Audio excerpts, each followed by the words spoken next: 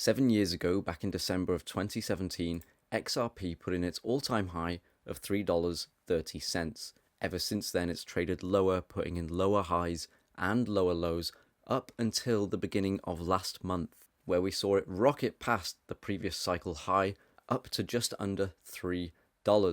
In this video, we're going to talk about where XRP could be headed next based on previous price performance. And if you do like the video, guys, please leave a like. Before we get into comparing XRP to itself in the past, we need to know what's happened recently. So like I said, at the start of November, XRP went on a crazy rally of 484% from low to high in the space of 5 weeks. Again, it was trading at around 50 cents before that, and even went as low as 38 after the halving. In the last 3 weeks, basically for December, XRP has traded down, losing about $1 in value from the low to the high, and currently trading at $2.1520. Now, the first comparison we're going to make, which in my opinion is very simple and should not be used on its own, in my opinion. You should use this with other indicators. Like all indicators, they shouldn't be used in isolation. The first thing we're going to look at is post-halving peak. So how long did it take for XRP to put in a new all-time high or a cycle high after the halving? So currently we're on week 36. When this video comes out, I'm recording on a Sunday. It'll come out on a Monday. So when you're watching this video, it'll be 37 weeks. Currently is where we are, 37 weeks after the halving. Last cycle, where XRP performed pretty poorly, let's not kid ourselves here, it was pretty underwhelming. It took 48 weeks after the halving for XRP to rally up and put in that cycle high.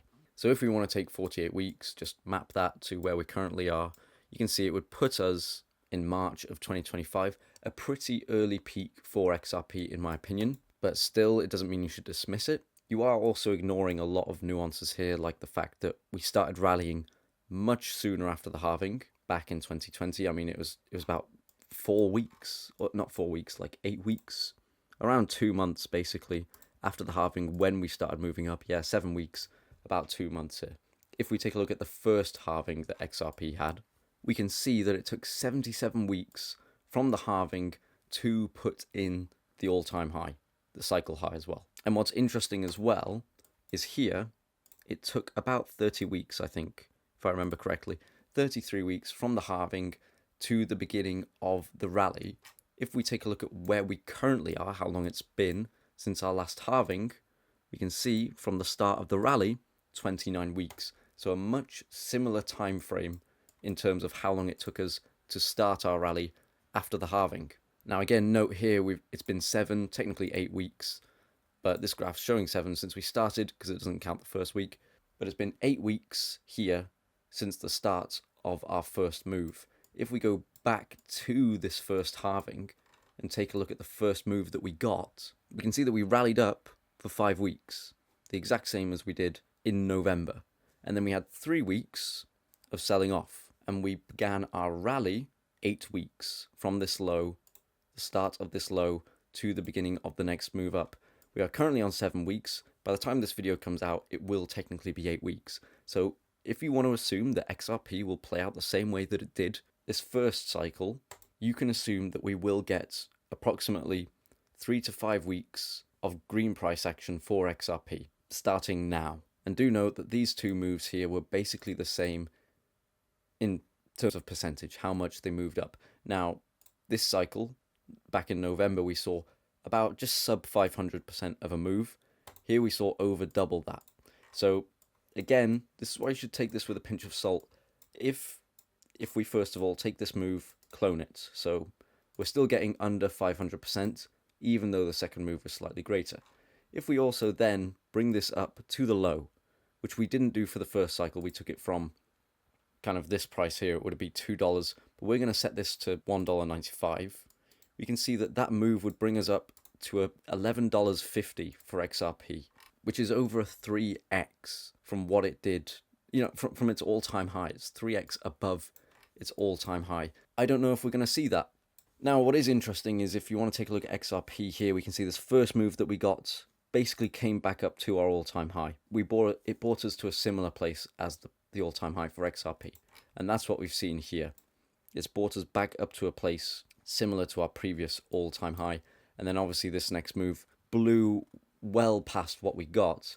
And if we measure the move that we got from the all-time high, it was about a 500% move, which, again, bit of mental gymnastics. If you want to cut that in half, because this cycle we've got on about half the percentage moves from, or we did for the first move anyway, and say that we get about 300% of a move, you're again looking at roughly, let me zoom in here, what we would get from the previous all-time high to where that price would bring us. Technically a bit under, but also these moves are less than half, so we should also be expecting less than half of a percent move. That's a lot of mental gymnastics, and I don't necessarily think it's going to play out, but it's just something to keep in mind. And then that's not even technically the cycle high if you're going to assume that it has to play out like this first halving, which of course it doesn't. There's no necessity for XRP to play out exactly how it's done before, and to be honest with you, I think it would be quite foolish to assume that it has to play out exactly how it's done so before. Every cycle is different. Case in point, the last cycle. The last cycle was so extremely different compared to the one before it. So XRP has a history of changing things up and just not following what it's done in the past. So very important to keep that in mind. If you think, well, actually, before I do that, one thing that XRP has been consistent with, relatively, is the duration of time it actually rallies up. So from the low, or sorry, the beginning of the move, the first move, to the peak, XRP this first cycle took 44 weeks. Here, after the second halving, it took 41 weeks, again, from the beginning to the peak.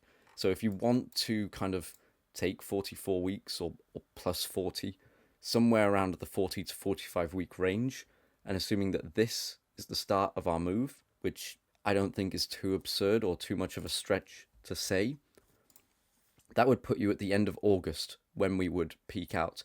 Now, last cycle, XRP didn't put an all-time high at August, but a lot of the crypto space did put in their all-time highs in August. Obviously, the most notable being Bitcoin. It hit 69k back in August of 2021. XRP didn't have the steam to put in a new all-time high, but you can see that it did make a move up. Maybe this time it'll be different and it will make a new all-time high in August. Who knows? I certainly don't. Another thing that XRP is relatively consistent on in the past are these three moves that it seems to make during the 40 to 45 week time frame.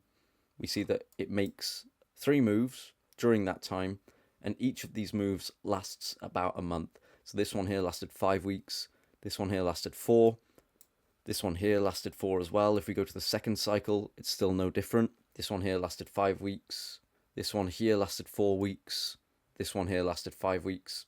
And another thing that's constant with these moves is that they grow in size as the moves go on. Now, last cycle, this was less noticeable between the first and the second move. It was a very small increase, but the percentage moves were just absurd. So it didn't really matter. You're still getting great price action. You could argue you might see something like this play out this cycle because it does look more similar in terms of how long we had to wait after the halving, in terms of the duration of the first move, in terms of how far we went up. It's your call. I can't tell you what to think. I would just definitely temper your expectations. Don't expect the kind of 60,000% move that we saw the first halving cycle, but also maybe don't expect the 1,400. It could be less than this. It's still very early. I mean, another way of looking at it is last cycle, XRP moved up $2.50 from the low to the high, or from the halving to the high.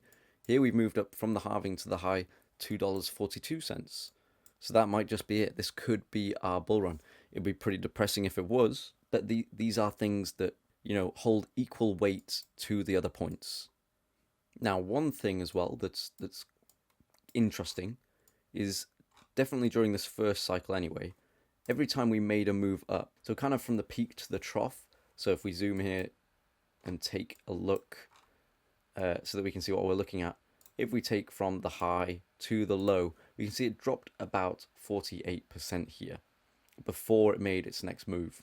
So there was a 48% correction after the first extremely bullish move up. And again, if we take a look here, from the kind of price to the low, XRP dropped about 56%, but it was at about 30% when it started the rally up. So we can see that basically the point I'm trying to make here is the corrections are pretty severe after the rally's up. And while they don't look that severe because we've had such a crazy rally up, losing 60% is a lot. And if we take a look at the second cycle, the third cycle after the second halving, we can see that this first correction, we dropped, a good 30%, 40%, not 40%, 35%, depending from where you take it. The second correction was, we dropped lower than we actually moved up from. So it is possible to have these really scary corrections with XRP pretty quickly after these really strong moves. A lot of volatility, basically. So what we've currently dropped so far is, zooming in, we haven't dropped, we've dropped nothing compared to previous cycles. We've dropped about 33%. You could argue we could expect higher. If you want to take it from the weekly close, which is the high, to where we currently are, we're down 17%. Total drop 25%. So if you want to look at a 40% or a 45%, that could put you back at $1.40 for XRP. Again, crazy downside moves. But ultimately, I don't know. This is just what's happened previously. Again, there's no guarantee that it'll play out the same way. And it's much more likely to do something completely new and completely different. In our brains, we like to come up with patterns. And when we come up with these patterns, it's sometimes hard to remember that it just doesn't have to do this. It doesn't have to. There's no rule saying that XRP has to make 3 legs up during a bull run, or that it has to be around 40 to 45 weeks. There is no rule. So keep that in mind. Don't rely on it. Take profits, because you just don't know what will happen, especially in crypto. Now, looking at the Bitcoin chart, the first thing I'm going to point out is that every cycle on the Bitcoin chart, XRP double tops. And now you might go to me and say, hey, IwanBundaMan, you don't know that for sure because back here we saw this top here. That's not really a double top because it's such a wick. We actually did double top, and we double topped back here 145 weeks before the next halving. And I'll show you, because we did it on Binance. The reason I'm not using the Binance chart is because of this stupid wick down that basically means it's impossible for me to zoom in on any part of the chart. But we can see over here, the first cycle, XRP double tops at this point. And we didn't get this second wick up. That was just on this basically exchange that we're going to be looking at, Polynex. So just know that when I say 2 tops, I'm not lying about the first cycle. There is actually data to support that. And we can see that oftentimes we get a top, again, close to somewhere around 150 weeks before the next halving. So if we go to the second cycle, we can see we got our first top 155 weeks before the next halving. This first one 145 weeks before the next halving. Here we got our first top 177 weeks before the next halving. But if you want to cheat and be slightly more vague with your points, you can say we got a top 152 weeks before the next halving. We're just not specifying that it was the second top. So you can make the point that XRP in the past has returned to the cycle high, or been very close to its cycle high, approximately 150 weeks before the next halving, which in my opinion I think is probably a decent indicator. And just for context, we don't know when the next halving is going to be, but current estimates are for somewhere around April of 2028. So if we take 150, or well, 161 is the average from the first top. So that would put you in March of 2025 when we get our first top on the XRP Bitcoin chart. I think that's pretty reasonable. However, if you want to also just take it from kind of a 150 week average, 151, that puts you in May. I personally would probably lean towards March being the top than May.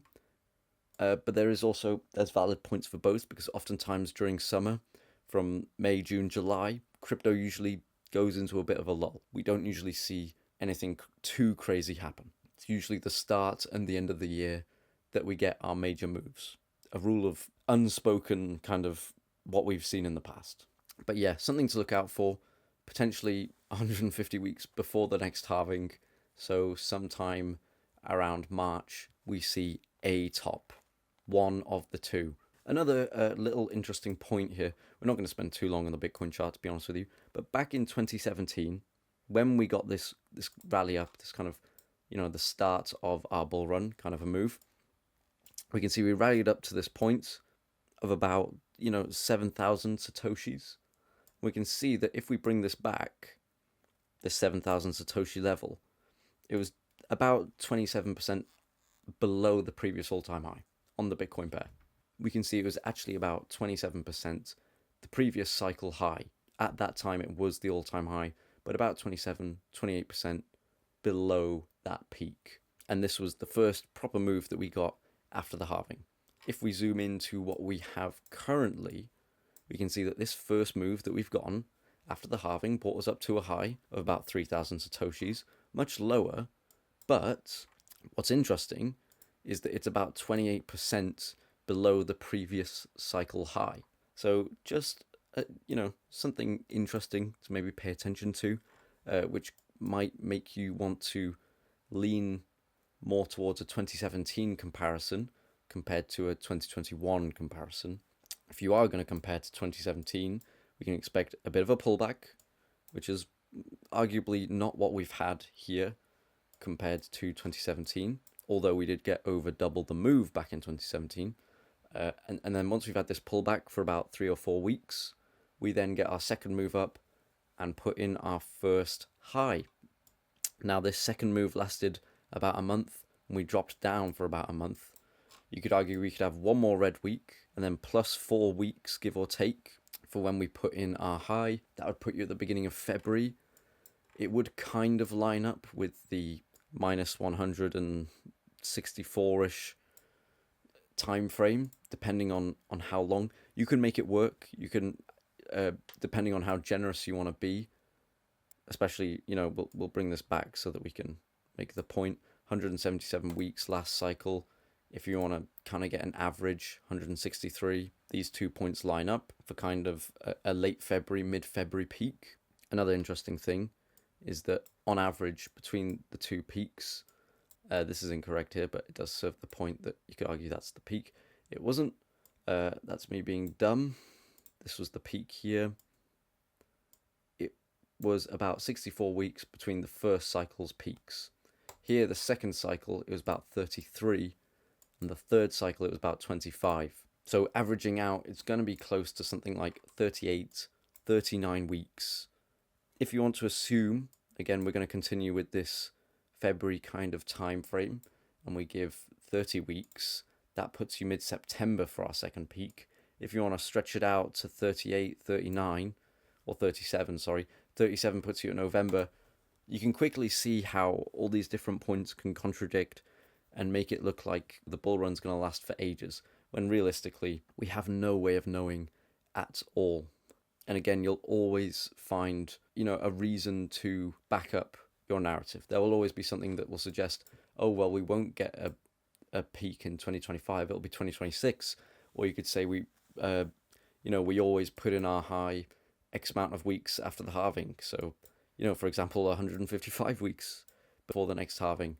In my opinion, if you're going to ask me what I would think, I would say we'll probably see some kind of a peak in Q1 for XRP BTC, and then potentially a revisit to that peak in Q3, possibly August time. Again, I think we're going to look more similar to 2017 than we will 2021. If you do want to continue that comparison, it was 44 weeks XRP took from the bottom of the move to the final peak. Very similar to the USD chart back from that time. If you want to take 44 weeks from the current low, it puts you up September for when we get our second peak. So again, Q3 time frame, you can make it shorter if you want. That'll put you in August. You can make it longer. You can kind of do whatever you want, to be honest with you. Do note as well, very simple thing here quickly, XRP technically has also been putting in higher lows on the Bitcoin pair. So for way off in the future, potentially like next cycle after the halving, we might see it only come down as low as something like 800 sats, 900 sats, whereas this cycle it was 700. And the cycle before, it was 600. Ultimately, who knows? I'm going to wrap up the video because I've yapped on for way too long. If you like the video, please leave a like, consider sharing, also subscribe if you haven't. Thanks so much for watching, take care and peace.